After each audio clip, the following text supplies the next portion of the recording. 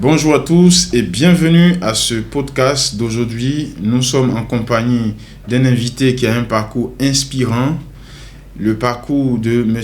Nanou Afoumu Akassej vous donnera d'apprendre beaucoup de choses, l'abnégation, la persévérance et le courage pour affronter tous les challenges de la vie.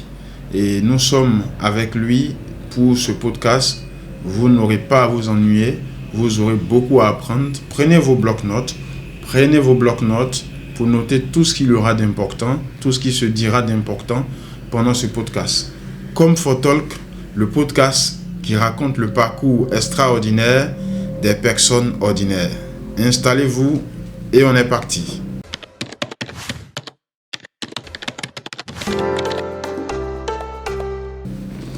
Alors, salut Serge. Salut. Bienvenue à Comfort Talk. Nous sommes très contents de te recevoir. Alors, tu vas te présenter à nos internautes, et puis dis également ta fonction aujourd'hui, qu'est-ce que tu fais dans la vie. Bonjour à tous, Serge Nanou, comme il a précisé, je suis software ingénieur. En français, ça c'est pour les anglophones, mais en français c'est ingénieur logiciel. Et je suis prestataire pour Airbus, voilà, donc je suis consultant. Sur mon entreprise de base c'est Devoteam France, mais bon, c'est un peu plus la prestation, donc je suis prestataire pour Airbus et je suis basé du côté de Toulouse. Ok, d'accord. Mais je sais que Nanou, qui se trouve en train de travailler pour Airbus, bon, on n'arrive pas à comprendre encore comment ça se passe, mais il y a certainement une histoire à apprendre de ton parcours. Donc comment ça se passe? Comment tu arrives à Airbus? Déjà, tu as fait quel bac? Où est-ce que tu as eu le bac? Après, je suis originaire de la région d'Aboisseau. Voilà, donc après, c'est la ville d'origine de mon père. Ok. Voilà. Donc, du coup, c'est là-bas que j'ai fait mon bac C. Et après l'obtention de ce bac-là, j'arrive à Abidjan et je dépose mon dossier pour postuler pour l'école polytechnique parce que j'étais vraiment intéressé par tout ce qui était appliqué. Et malheureusement, je passe le premier tour et le deuxième tour, j'échoue. Wow, ça a dû te froisser, hein? Ça a dû être dur. Ça a dû être c'est quasiment mon deuxième échec, puisque le bac, je le pensais l'avoir avec la mention. Okay. Donc ça a contribué aussi à un peu à renforcer ma capacité de résilience. Ouais. Donc puisque ça revenait à être mon deuxième échec. Ouais. Donc après avoir été refusé pour accéder à l'INPHB, après cet échec-là, tu t'orientes dans quelle faculté? Où est-ce que tu vas pour la suite? À l'époque, il y avait deux facultés qui étaient un peu, je pourrais dire, qui recevaient un peu les gens qui étaient refusés un peu à l'INPHB. Okay. Je ne sais pas si ça continue. Bon, trois, je pourrais dire. Il y avait physique-chimie de l'université Félix-Auboigny. Ouais. Il y avait aussi maths informatique de l'université Félix-Auboigny. Okay. Et SFA de sciences fondamentales appliquées. Donc en général, ces gens de personnes-là, c'est un peu des personnes qui ont été un peu, qui ont échoué un peu à être recrutés à l'INP, qui se retrouvaient un peu là-bas.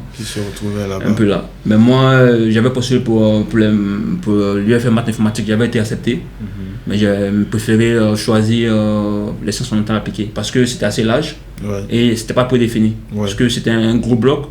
Après, tu pouvais te orienter en physique-chimie. Okay. Après, tu pouvais te orienter en MIAGE, DESI et tout ça. C'était un tronc commun au début. Et ou bien continuer en mathématiques, informatique et application. Okay. Donc moi, cette vision-là m'a beaucoup intéressé, m'a beaucoup plu, donc j'ai milité pour ça. D'accord, super. Donc du coup, tu vas en SFA, sciences fondamentales et appliquées. Ça, c'est une faculté. Quel a été ton parcours en SFA? Quel a été ton parcours en sciences fondamentales et appliquées? À l'époque, je pense que là ça a beaucoup changé, mais à l'époque c'était un peu, on pourrait dire, entre griffes baba, parce que c'était un système où il y avait tout, un gros bloc. Il y avait une chanson de qui là même? Billy qui avait défini SFA comme science des fous d'Abidjan. Des fous d'Abidjan. Ah là là, Billy. Salut à Billy. Sciences fondamentales des fous d'Abidjan. Donc c'était pas une filière facile. C'était une filière vraiment difficile. Comment est-ce que tu as évolué dans cette filière? Après tu es sorti de la filière avec quel diplôme? Tu es sorti de là avec quel diplôme? Voilà, parce que déjà il y avait un peu de découpage. Et il fallait valider. Et déjà, après la première session ou le premier examen, la moitié de la classe partait. Soit en histoire géo, d'autres filières. Wow. C'était vraiment compliqué. Et déjà, on était déjà délocalisé à l'époque. On était au lycée Moulin d'Abobo. Okay. C'est là qu'on était. Mais bon, je pense que avec la 2011 et tout ça, avec les nouveaux sites, je pense que on est revenu à l'université d'Abouadjamé. Ouais. Mais il fallait d'abord. Qui est aujourd'hui l'université Nanguaboga. Ouais. Donc il fallait d'abord valider le ton commun là, mais qui était à mon avis assez barbare. Pour moi c'était pas. J'ai fait ça, je suis passé, mais pour moi c'était pas comme ça qu'il faut étudier. Parce que je pense que on n'a pas besoin de beaucoup de difficultés comme ça pour pouvoir inculquer le savoir. Parce que c'était beaucoup plus de la résilience que de la formation. Voilà, donc si c'est arrivé, moi aussi où je dois mettre mon enfant, c'est pas dans ce système là. Pour moi c'est des systèmes qui détruisent un peu tout ce qui est savoir, connaissance, génie et tout ça.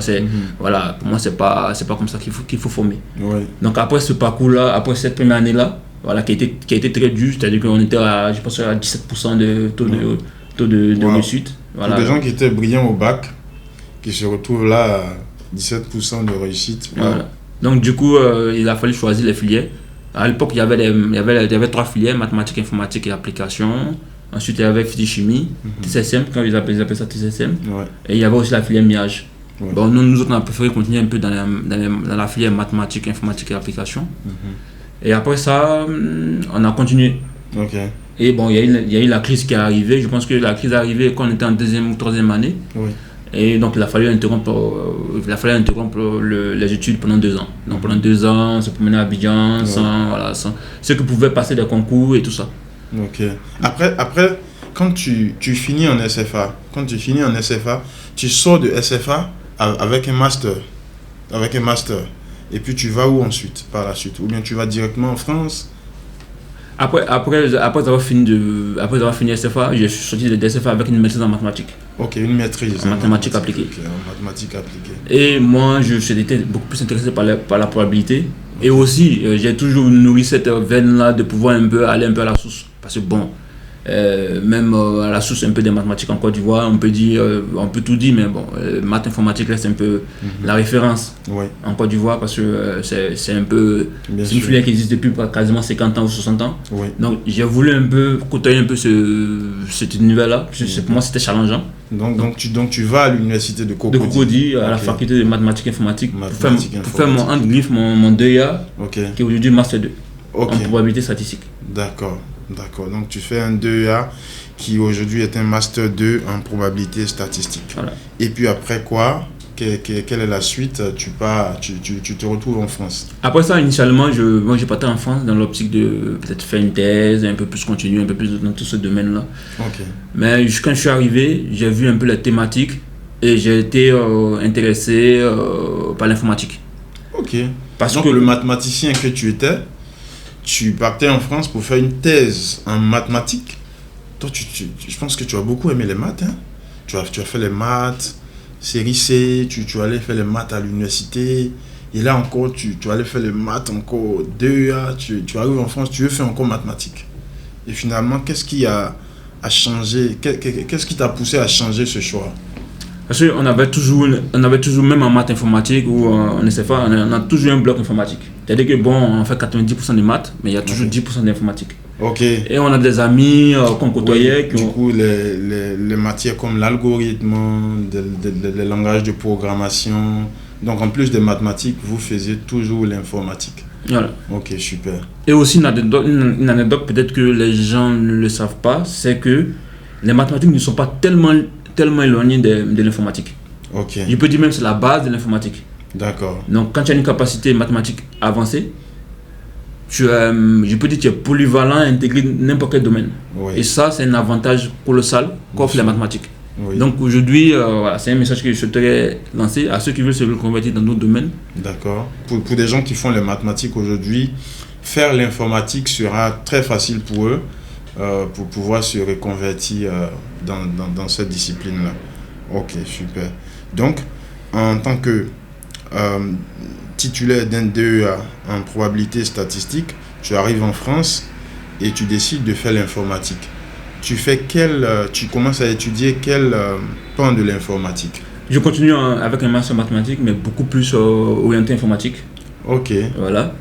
Et en parallèle à ça, je fais encore d'autres formations un peu plus accentuées, notamment avec des plateformes un peu en ligne que tout le monde connaît. Je pense que c'est pas mal développé aussi. Je connais des gens qui utilisent ça, un peu ça Open Classroom. Ok, bien sûr. Open Classroom. Voilà. Moi, j'ai utilisé Open Classroom, bien sûr. Qui délivre aujourd'hui des diplômes un peu des diplômes d'État aujourd'hui. Bien sûr. Ce qu'on appelle les titres RNCP. Tout à fait. Voilà. Et après ça, j'ai poursuivi avec un master spécialisé plutôt dans une école d'ingénieur. Du côté de l'université CYTech, CEJ. Donc c'est un bac plus 6 en gros. Donc c'est tout ce mélange-là qui m'a permis au fur et à mesure, parce que là je suis à ma 3e boîte, qui m'a permis au fur et à mesure d'intégrer un peu le domaine dans lequel je suis aujourd'hui. D'accord. Donc du coup en fait, comment tu te définis aujourd'hui? Quelqu'un qui a ce gros bagage-là en mathématiques, qui se retrouve en train de faire l'informatique, tu te définis plus mathématicien, informaticien?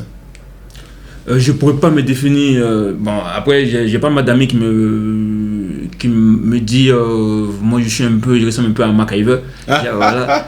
Mais il y a d'autres qui sont restés un peu plus. Je suis quasiment le seul gars de la promotion, je pense, de Master 2 qui a vraiment changé de domaine. Voilà, d'autres sont restés un peu plus data scientist, qui est vraiment très proche des maths. D'autres sont actuaires. Qui est encore plus proche des maths, parce que c'est de la statistique pour l'assurance. Mais c'est moi qui ai vraiment changé changer radicalement. Totalement changé. Parce que les thématiques sur lesquelles je travaille, il faut tout au plus un bac plus 2 pour pouvoir les faire. Voilà, c'est des thématiques sur lesquelles il faut vraiment être beaucoup plus informaticien que mathématicien. Ok, d'accord. Donc du coup, tu es parti des maths et tu te retrouves dans l'informatique. Quel est ton quotidien aujourd'hui dans le travail en tant que ingénieur logiciel pour Airbus? Quel est ton quotidien aujourd'hui? Quels sont les sujets sur lesquels tu travailles? C'est quoi ton process également? Ouais, ça peut paraître bizarre en long terme, puisque Airbus, en gros, il fabrique des avions. Justement. Voilà, ça peut paraître bizarre pour quelqu'un pour dire, mais là-bas, c'est pas une entreprise d'informatique. Mais toute entreprise aujourd'hui ne peut s'en passer de l'informatique. C'est pourquoi aujourd'hui, l'informatique est le premier recruteur d'emploi, même dans les pays développés, parce que tout est informatisé. Et ça simplifie la vie, et ça fluidifie. Donc tout ce qui est data, dès qu'il y a la data, il faut de l'informatique pour la traiter, pour l'utiliser. Voilà. Donc nous, notre rôle, c'est de accompagner ces équipes-là, ces équipes de mécanique et tout ça, à utiliser les logiciels. Donc en gros, il y a des applications qui sont développées pour les permettre de pouvoir mieux travailler, voilà, ou les aider dans leur travail. Et ces applications-là ont des besoins de maintenance. D'accord. Voilà, d'où l'aspect un peu de développement ou software engineering, ou des besoins aussi de rajout de fonctionnalités, ou carrément des besoins de développer des applications complètes. Ok, d'accord. Donc du coup, toi, tu aides beaucoup les développeurs de Airbus, ou bien ceux qui sont dans le travail mécanique, qui font de la mécanique? Non, moi je suis beaucoup plus dans l'équipe informatique. L'équipe informatique. Voilà, puisque là, il y a peut-être, on peut chiffrer à 50 000 personnes qui travaillent du côté informatique. Wow. Ouais, puisque dans mon équipe, il y a des Indiens. Ça demande du coup une grosse organisation en termes d'organisation de travail. 50 000 personnes qui travaillent sur des thématiques différentes, certainement. Des sujets différents au sein de l'entreprise. Des sujets informatiques, mais qui sont vraiment différents. Ok. C'est quoi l'organisation du travail du coup? Il y a ce qu'on appelle la méthode agile. Je sais pas si voilà, connu ici. Je pense que tous les abonnés de la chaîne de l'agence ComfortDev connaissent la méthode agile, pour ceux qui sont en tout cas dans la gestion de projet et dans la gestion d'équipe. Ok. Et cette méthode-là, pour moi, c'est vachement intéressant quand tu es informaticien. Parce que ça permet de pouvoir avoir la lisibilité complète sur un grand projet. En quoi consiste cette méthode-là pour les personnes qui, évidemment, ne connaissent pas la méthode agile? La méthode agile, en gros, c'est une technique de travail.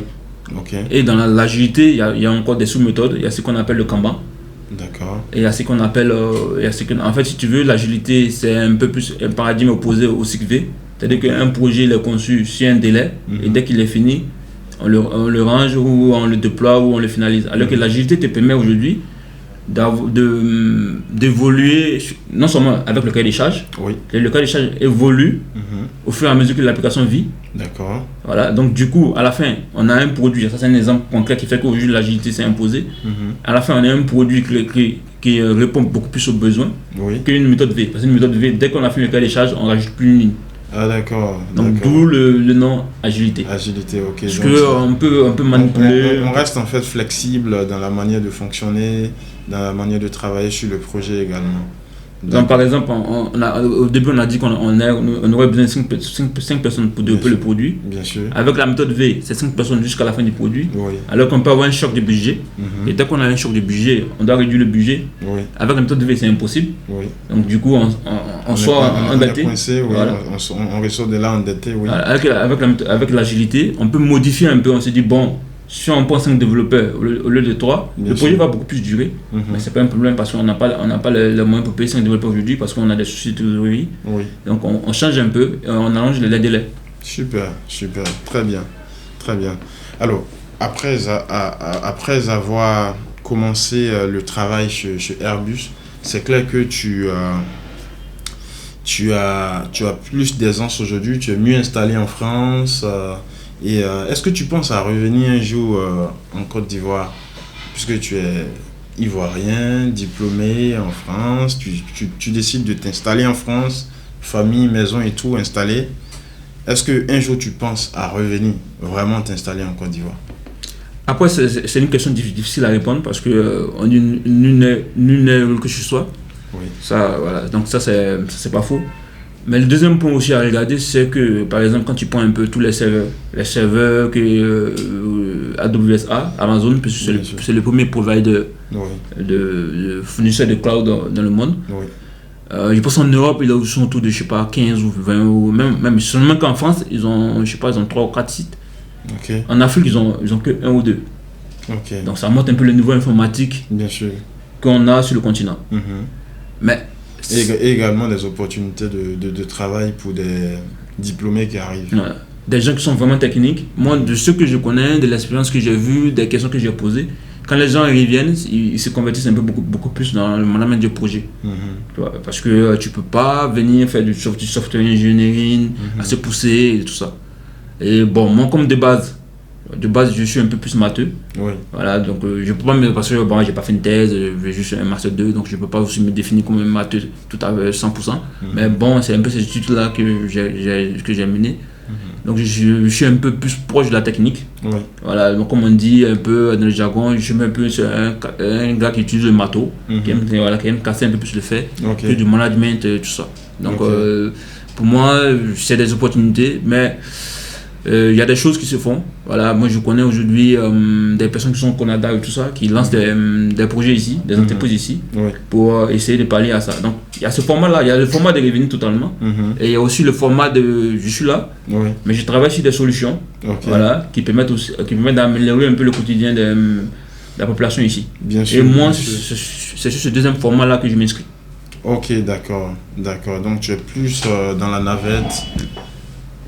Abidjan-Paris, et puis essayer d'améliorer le quotidien des Ivoiriens par le travail que tu effectues. D'accord.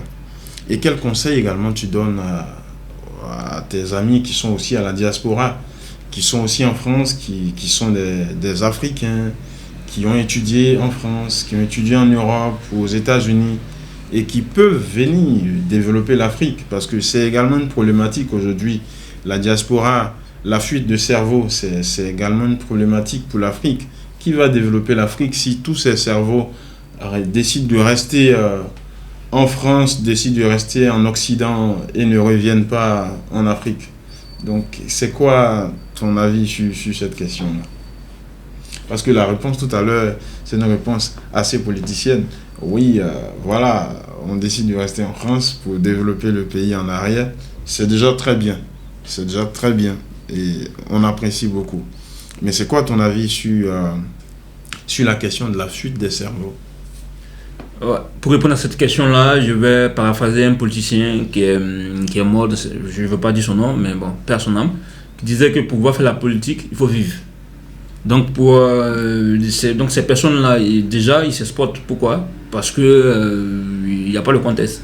Donc moi, je serais le dernier à tirer sur eux. Hier même, je causais avec un parent qui me disait, dans ce mois-là, il a 3 de ses amis informaticiens qui sont partis au Canada. Donc bon. Je ne connais pas le taux d'immigration, mais ça l'aide de pencher fort. Oui, le Canada aussi. Le Canada aussi, aujourd'hui, est beaucoup à la mode. Tous les Africains, les Africaines, les habitants de plusieurs pays africains décident de partir s'installer au Canada. Qu'est-ce que tu penses de ça? Est-ce que c'est ce qu'il faut faire? C'est un peu la même réponse que je vais dire. Je serai le dernier à tirer sur ces personnes-là. Sur ces personnes-là, ils cherchent quoi? Ils cherchent la sécurité pour les familles. Ils cherchent un peu à assurer l'avenir de leurs enfants. Donc je serai le dernier à tirer sur l'ambulance. Qu'est-ce qu'on doit faire pour garder les talents? Il faut créer le contexte. Il faut créer un deuxième truc qu'il faut créer qui fait que les talents ont de l'espoir. Il faut beaucoup plus créer le rêve. Voilà. Moi, je ne veux pas cracher sur un pays. Aujourd'hui, moi, je suis software ingénieur en n'ayant pas fait des diplômes informatiques très fins. Mais cette chance-là, ça va être un peu plus compliqué d'avoir ça en Côte d'Ivoire. Okay. Après, c'est pas aussi un moyen d'inciter les gens à partir voilà, aussi. Je sais pas, voilà. Donc, il faut aussi garder un peu les choses. Mais pour moi, c'est d'arriver à donner de l'espoir un peu à cette jeunesse-là. Ouais. Et je pense que, non, c'est pas des fins de publicité, Conform Dev, notamment avec le parcours des dirigeants et tout ça, oui. C'est un exemple à suivre. Oui. Voilà, parce que lui, il contribue un peu à sa manière, un peu à renforcer tout ça, oui. à donner du rêve. Voilà, sans le rêve, c'est un peu compliqué. Bien sûr, voilà. Bien sûr. Et moi, j'ai aussi le fait de s'exporter, c'est pas aussi le paradis. Oui. Voilà, parce que moi je connais plusieurs personnes aujourd'hui qui sont parties avec des diplômes d'informatique, de médecins aujourd'hui qui sont chauffeurs. Oui. Voilà, donc oui, aussi voilà. Oui, et puis dans les pays comme le Canada aussi, quand tu y vas, il y a forcément une reconversion à faire.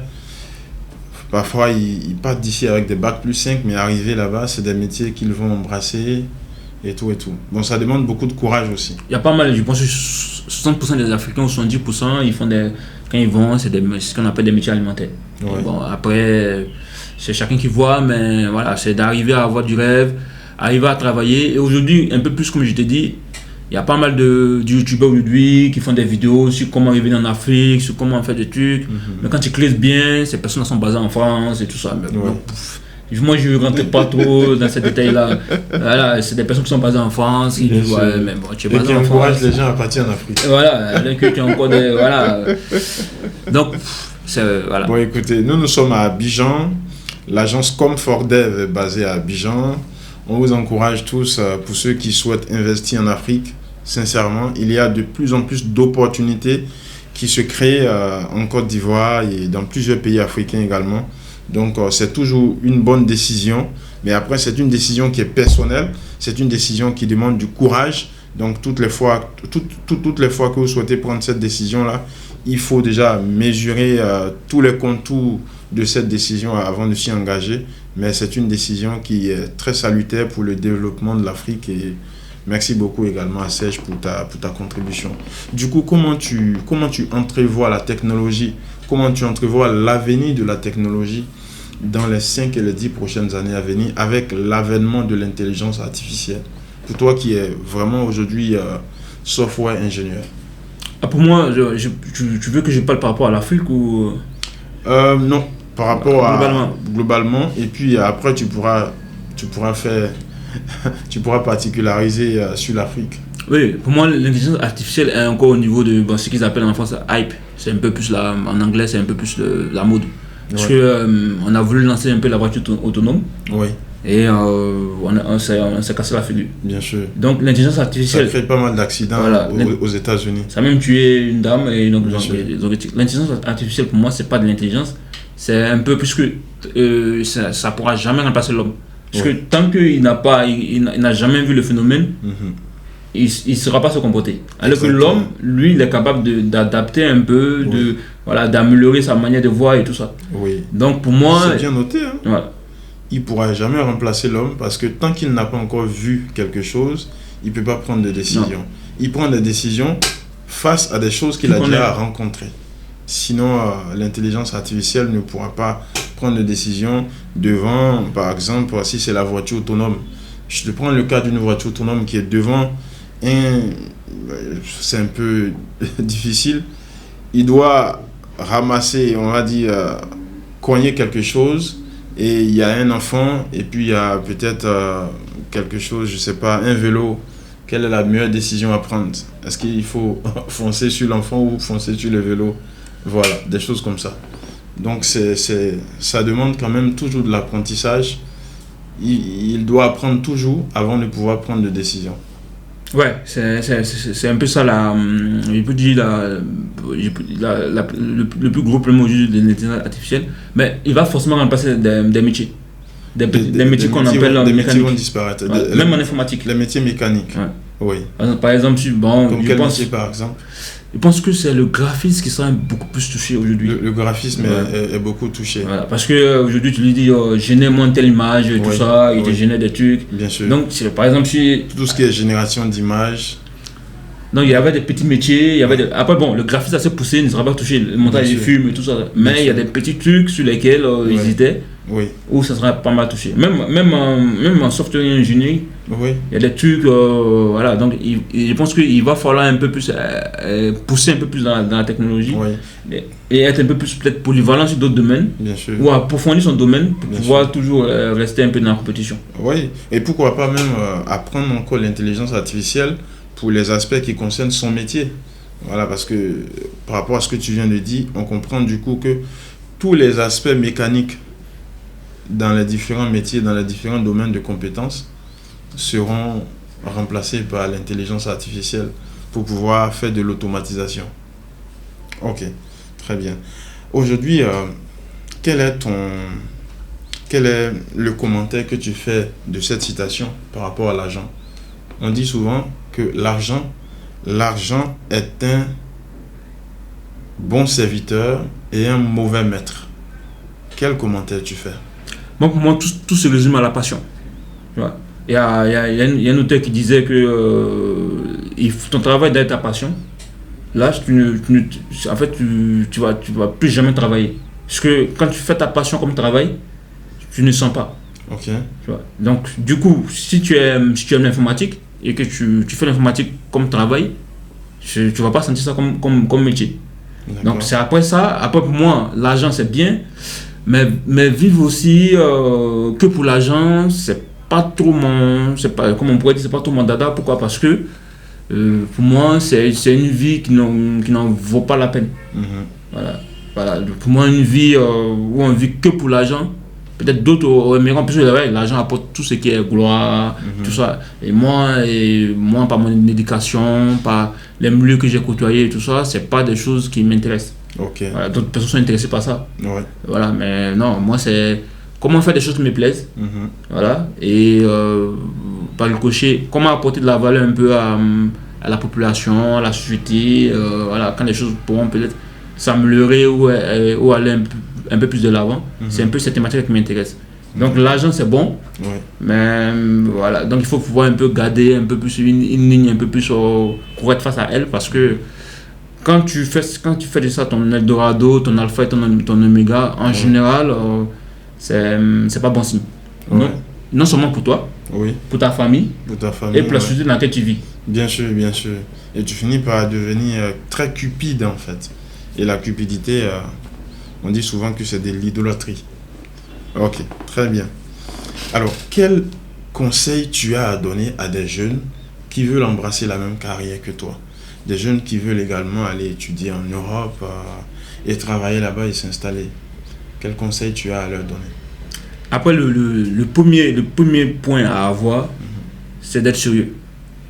Et ça pour moi, c'est la base. C'est-à-dire que quand tu donnes ta parole, il faut le respecter.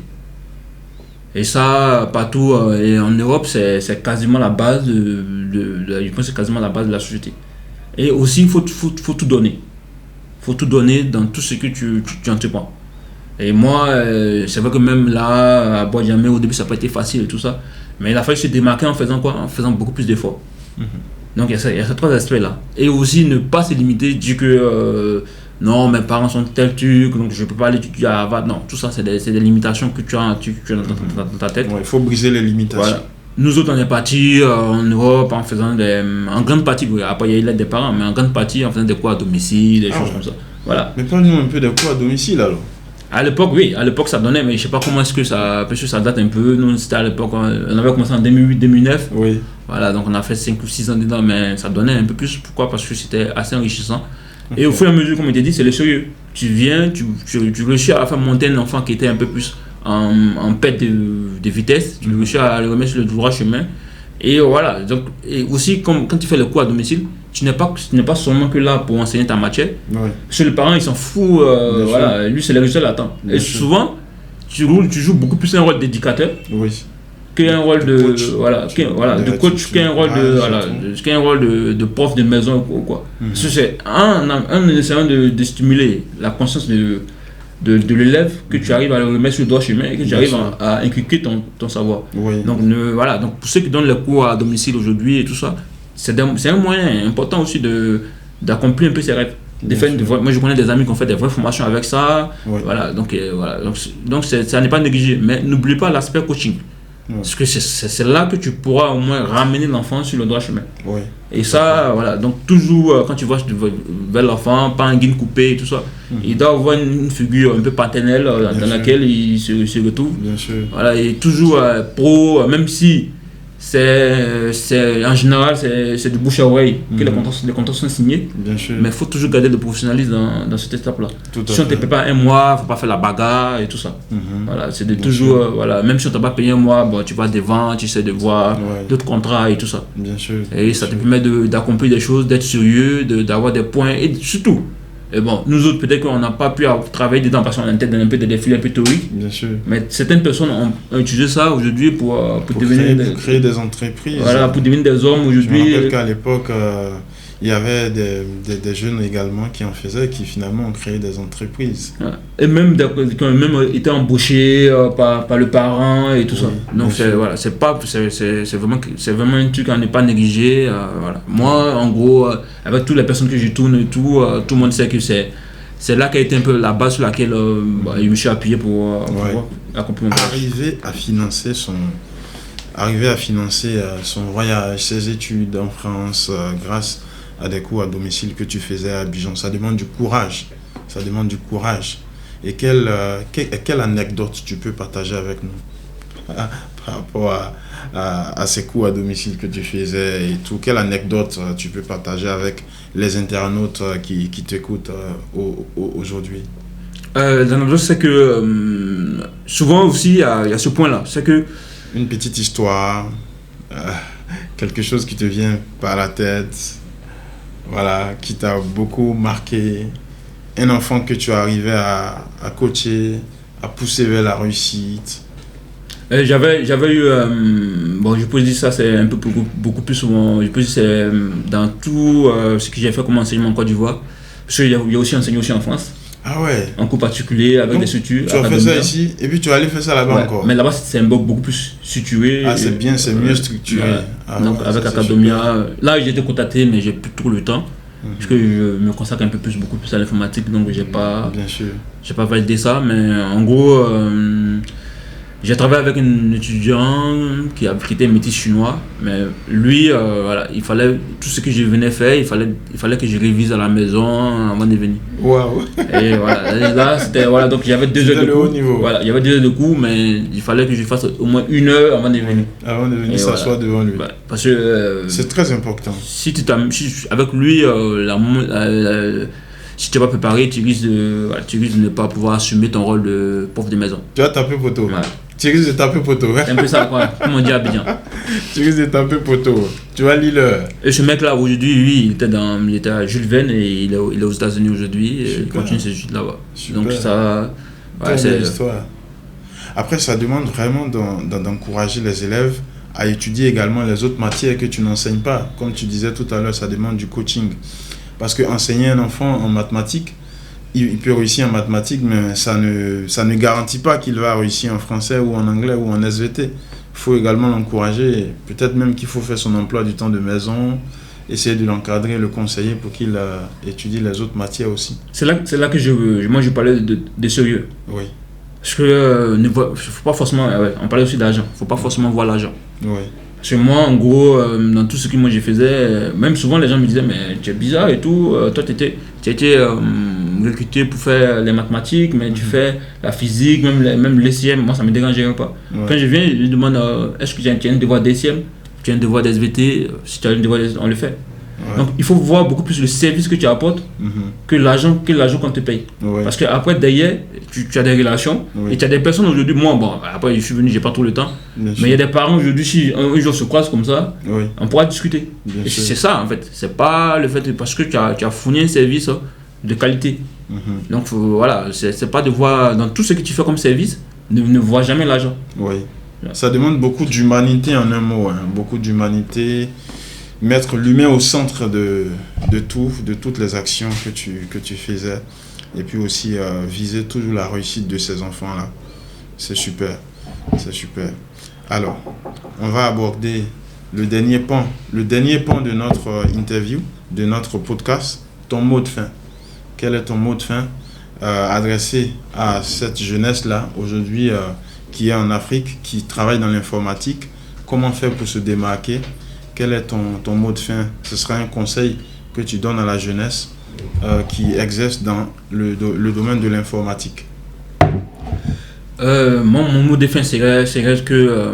parce que moi, ce qui a été un peu plus un déclic. Après, c'était un domaine que je faisais, puisque en terminale, en maths, j'étais pas aussi premier, mais bon, après, j'étais peut-être 5e ou 6e de la classe, j'étais pas aussi dernier.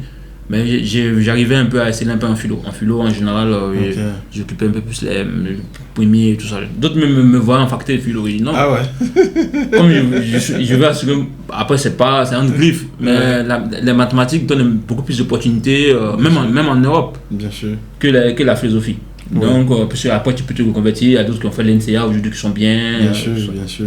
Donc voilà, donc c'est des faits. Donc après mon deuxième déclic, parce que j'étais un peu plus, j'avais des aptitudes pour pouvoir un peu voir ça, c'est le développement personnel. Okay. Voilà. Après le développement personnel, il y en a de toutes sortes. Voilà, il y en a de chrétiens. Je pense que le premier livre qui m'a été offert, qui s'appelle Jeunesse triomphante. Okay. Voilà, voilà, on m'a dit tiens ça, avec celui que j'appelle mon mentor, voilà, qui a une structure aujourd'hui. Ouais. Celui qui m'a offert ce livre là, il m'a dit tiens ça va te motiver, ça va te permettre d'avoir des idées et de cadrer ça. Ouais. Donc mon conseil que je pourrais donner à ceux qui sont, je sais pas, si tu es musulman, si tu es chrétien, tu peux avoir des livres de développement personnel chrétien, voilà, tel que Jeunesse triomphante là. Bien sûr. Voilà, tu peux commander sur Amazon. Moi à l'époque j'avais photocopié, chose qui n'est pas bon, mais bon. Voilà, donc tu peux avoir ces livres-là. Et c'est ces livres-là qui te permettent de te stimuler, d'avoir de la conscience. Ouais. Et de te... Voilà, parce que souvent, on est dans des pays, surtout africains, où on n'a pas vraiment des personnes qui ont réussi. On n'a pas d'exemple de réussite palpable. Et ces livres-là t'aident à côtoyer un peu ce monde, ce monde aussi puissant-là. Voilà, et ils te connectent aussi au monde entier. Bien sûr. Donc tu pourras avoir des histoires assez intéressantes telles que Elon Musk. En fait, faire la lecture, beaucoup de lecture. Ok. Et aussi le deuxième point à ne pas négliger, bon, même pour ceux qui veulent bosser, parce que moi dans mon équipe il y a des Indiens mais qui sont en Inde. Okay. Donc, pour ceux qui veulent bosser dans l'informatique, même en remote, ce qu'on appelle en remote. En remote, voilà. Oui. Bosser d'ici à l'étranger. Donc voilà. Donc bon, même que tu ne veux pas bosser en Europe ou pas. Le deuxième point à ne pas négliger, parce que moi j'essaie de me mettre un peu à niveau, c'est l'anglais. L'anglais, oui. Surtout pour ceux qui débutent les études en informatique, ce sera bien. L'anglais ne négligez pas l'anglais. Va vous ouvrir les opportunités du monde entier. Parce que le français, c'est un peu plus limité à la France. Super, oui. Et puis l'anglais, c'est la langue vivante internationale. Aujourd'hui, dans tous les pays où on ne parle pas français, tu es sûr de t'en sortir si tu parles anglais. Oui. D'accord. Même en France, moi, tout ce que j'ai fait comme réunion, c'est en anglais. Ah ouais. Donc, on peut dire que l'anglais, aujourd'hui, se parle partout. Ouais. Super. D'accord, parfait. Alors, en tout cas, Merci beaucoup à Serge. Merci d'être passé sur Comfort Talk pour nous partager ton histoire. Quel est ton mot de fin? Est-ce que tu as quelque chose à dire qu'on n'a pas pu évoquer? Mon mot de fin, c'est que c'est de donner un message d'espoir un peu à toute la jeunesse, à tous ceux qui débutent des études en informatique. Ouais. C'est pour vous dire que rien n'est perdu. Voilà, ça ne se passe tous les jours. C'est-à-dire que si nous autres, on a pu aujourd'hui travailler, aller faire des choses en France, ça peut être facile parce qu'il fallait payer des formations même là-bas et tout ça. C'est pour vous dire de vous battre, voilà, de ne pas cesser de rêver. Oui. Parce que le rêve est le début, est le début de l'accomplissement. Bien sûr. Il faut toujours rêver parce que quand tu ne rêves plus, pour moi, tu es dans le passé. Tu ne vis plus également. Voilà. Donc, il ne faut pas cesser de rêver, il faut toujours rêver. Mais aussi, le deuxième point, il faut lutter pour accomplir ces rêves-là. Parce que si tu restes aussi à l'étape du rêve, tu deviens comme un fou. Oui. Voilà, donc, il y a ces deux mondes-là qu'il faut connecter. Bien et sûr. pour moi, voilà, j'ai aussi cette occasion-là. Je n'ai pas fait un peu tout ce truc c'est quasiment mon premier podcast. Donc voilà, donc j'ai cette occasion-là de passer ce message-là, c'est de ne pas lâcher. Oui. Voilà, parce que la vie porte des coups. Voilà, nous autres, on a traversé des choses à Abidjan, il a fallu déboucher des trucs ici, mais à la fin, voilà, tu es content du résultat que tu obtiens. Super. Voilà, donc pour finir, je pourrais dire, quelle que soit la longueur de la nuit, le jour arrive. Le jour arrive. Ça, c'est un Zouglouman. Hein. Abidjan l'a un peu trop gâté. Il a gardé toujours ses racines Zouglouman et tout. Merci beaucoup à Nanou Afoumo, à Serge. Merci d'être passé sur le plateau de Comfort Talk, le podcast qui raconte le parcours extraordinaire des personnes ordinaires. Abonnez-vous à la chaîne, activez la cloche de notification pour ne rien rater des prochaines publications et également restez connecté à l'actualité de l'agence. Merci beaucoup et puis à très bientôt pour un prochain podcast.